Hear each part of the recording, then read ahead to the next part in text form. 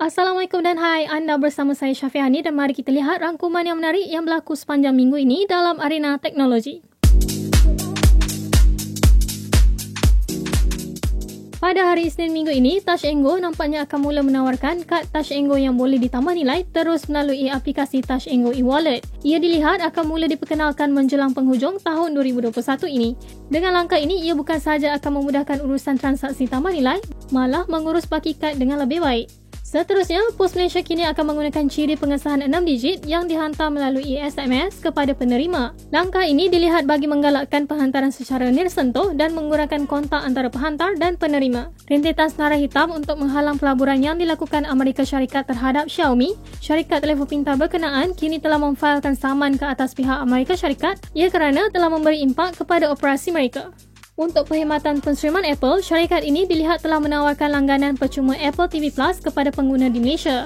Ia akan berkuat kuasa bermula bulan Februari 2021 sehingga Jun 2021. Kepada mereka yang telah pun melanggan kepada berkas Apple One di Malaysia, RM19.90 akan dikreditkan kepada akaun mereka setiap bulan sehingga Jun 2021 sebagai bayaran balik. Hotlink mengatakan mereka melaksanakan FUP iaitu polisi penggunaan saksama yang mana akan mengahadkan kelajuan internet pada waktu puncak dari jam 8 malam sehingga 12.30 malam sepanjang PKP. Menurut kenyataan mereka, langkah ini bagi memastikan kekurangan kesesakan data selain mengoptimumkan kapasiti rangkaian. Beralih ke hari Selasa pula, perkhidmatan penseriman lagu Spotify kini telah menambah 2 lagi pelan baharu untuk pengguna tempatan, iaitu pelan harian dan juga pelan mingguan.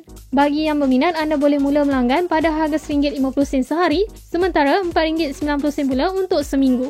Di samping itu, Spotify turut dilihat telah mula menaikkan harga langganan untuk pelan Premium Family. Bermula Februari 2021, harga langganan bulanan untuk pelanggan baru adalah RM23.80 yang mana sebelum ini ia boleh dilanggan pada harga RM22.40 sebulan. Sementara bagi pelanggan sedia ada, harga baru ini akan berkuat kuasa bermula Mac 2021.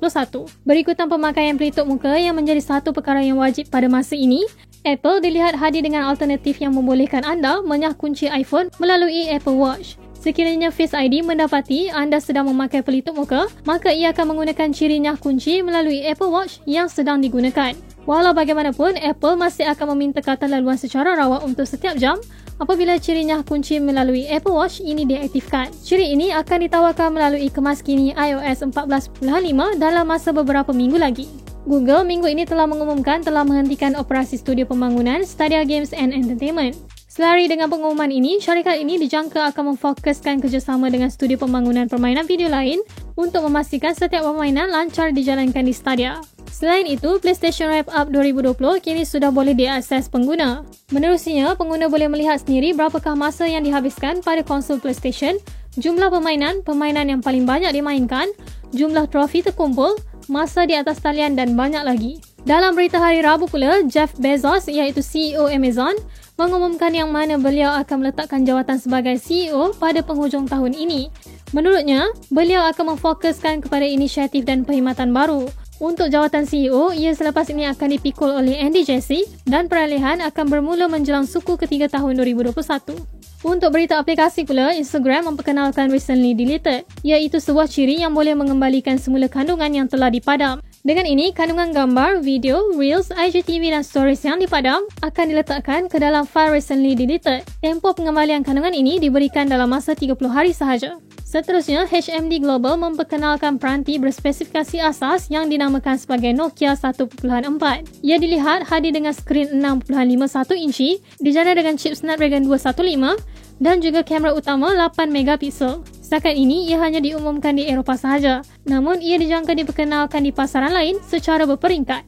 Oppo juga dilihat hadir dengan penawaran Oppo A15s untuk pasaran Malaysia. Berbanding dengan versi A15, ia dilihat hadir dengan memori dan storan yang lebih besar. Dari segi spesifikasi lain, ia dijana dengan chip MediaTek T35 dan kamera utama gabungan 13, 2 dan 2 megapiksel. Bagi yang meminat, Oppo A15s ditawarkan pada harga RM599 untuk seunit. Untuk arena teknologi hari Khamis pula, bagi anda yang menggunakan ePay, anda disarankan untuk menukar kata laluan akaun anda. Hal ini kerana menurut akaun Twitter Bank Security, terdapat butiran peribadi 380,000 pengguna ePay telah tertiris dan sedang dijual di forum-forum penggodam. Walau bagaimanapun, ia masih tidak lagi diketahui betapa seriusnya ketirisan maklumat ini. Apple sebelum ini dikatakan akan melabur sebanyak 14.5 bilion kepada Kia untuk pembangunan kenderaan elektrik mereka. Kerjasama ini bukan sahaja untuk membangunkan kenderaan elektrik, malah dikatakan akan hadir dengan sistem suapandu terbina. Selain itu, minggu ini juga menyaksikan penawaran aplikasi The Noor untuk peranti Android. Secara ringkasnya, The Noor hadir dengan fungsi gaya hidup Muslim moden yang merangkumi akses kepada bacaan Al-Quran dan terjemahan, paparan waktu solat, kemudahan melihat kiblat dan beberapa kandungan yang lain. Acer Malaysia minggu ini mula menawarkan Acer Pure Cool untuk pengguna tempatan. Bersesuaian dengan norma baru duduk di rumah ini, peranti ini dilihat menyertakan ciri tapisan udara 3/1 HEPA filter yang dikatakan dapat menapis bakteria sehingga 99.97% lebih berkesan. Melaluinya, anda selepas ini boleh mendapatkan udara yang lebih bersih dan segar. Bagi yang berminat, Acer Pure Cool ditawarkan pada harga RM1,299 seunit. Pada minggu ini juga, Qualcomm memberikan amaran berkaitan kesukaran memenuhi permintaan dalam arena semikonduktor. Hal ini disebabkan operasi pengeluaran yang terhad. Rentetan itu juga ia dilihat akan memberikan impak kepada pengeluaran telefon pintar. Namun, menurut Qualcomm, keadaan ini akan kembali pulih menjelang pertengahan kedua 2021 ini. Bercakap mengenai pengeluaran ini lagi, CEO Lee Jun dari Xiaomi bertanyakan kepada pengguna yang mana adakah pengguna akan sanggup membeli telefon pintar Xiaomi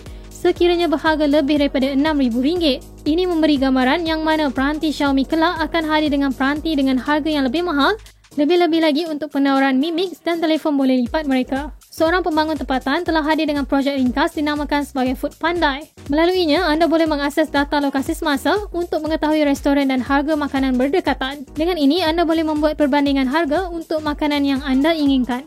Dan akhir sekali untuk hari Jumaat ini, Apple pula dilaporkan untuk membangunkan Apple Glass. Menurut maklumat yang tertiris, kacamata ini dipercayai akan dilancarkan seawal tahun 2022 dengan 2 skrin beresolusi 8K digunakan sebagai paparan utama. Walau bagaimanapun, ia masih lagi di peringkat prototype.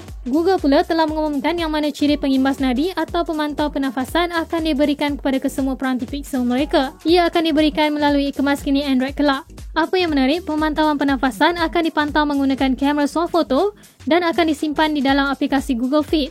Untuk peranti Pixel, kemaskini ini akan diberikan bermula Mac 2021. Berita baik untuk pengguna di Malaysia, Nubia Red Magic 5S kini mula ditawarkan pada harga RM3,099 dengan pilihan memori 8GB RAM. Untuk spesifikasi, peranti ini dilengkapi dengan skrin 6.65 inci FHD Plus AMOLED menggunakan chip Snapdragon 865 dan bateri 4500 mAh. Dari segi rakaman gambar, sensornya menerima gabungan 64, 8 dan 2 megapiksel untuk kamera utama dan kamera hadapan pula sebesar 8 megapiksel. Malah, Nubia turut memperkenalkan Nubia Watch pada harga RM1,099. Ia hadir dengan muka jam jenis melengkung. Keseluruhan tubuh jam ini diperbuat daripada aluminium dan keluli tahan karat 316L. Untuk ciri lain, ia menyertakan ciri peringatan cuaca, kompas, sokongan eSIM dan penjejak kesihatan terbina. Jadi itu sahaja rangkuman menarik yang boleh kita lihat sepanjang minggu ini. Bagi anda yang meminati perkembangan teknologi, jangan lepaskan peluang untuk menonton kandungan menarik di Amans. Ketahui tablet menarik bawah RM1,000 yang boleh anda dapatkan. Anda dapatkan pada harga di bawah RM1,000. Siapa tahu, mungkin ada di antaranya yang menarik minat anda semua. Jadi nak tahu apa dia? Mari kita mulakan. Anda juga boleh mengetahui tips memindahkan chat WhatsApp ke Telegram melalui seleksi Amans.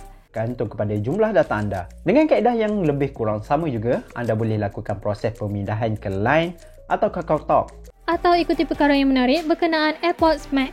Jual pada harga tersebut. Baiklah, yang menariknya di sini, jika anda lihat di bahagian dalam cushion ini ataupun cushion telinga ini mempunyai satu fungsi yang sangat mudah untuk anda menukarnya.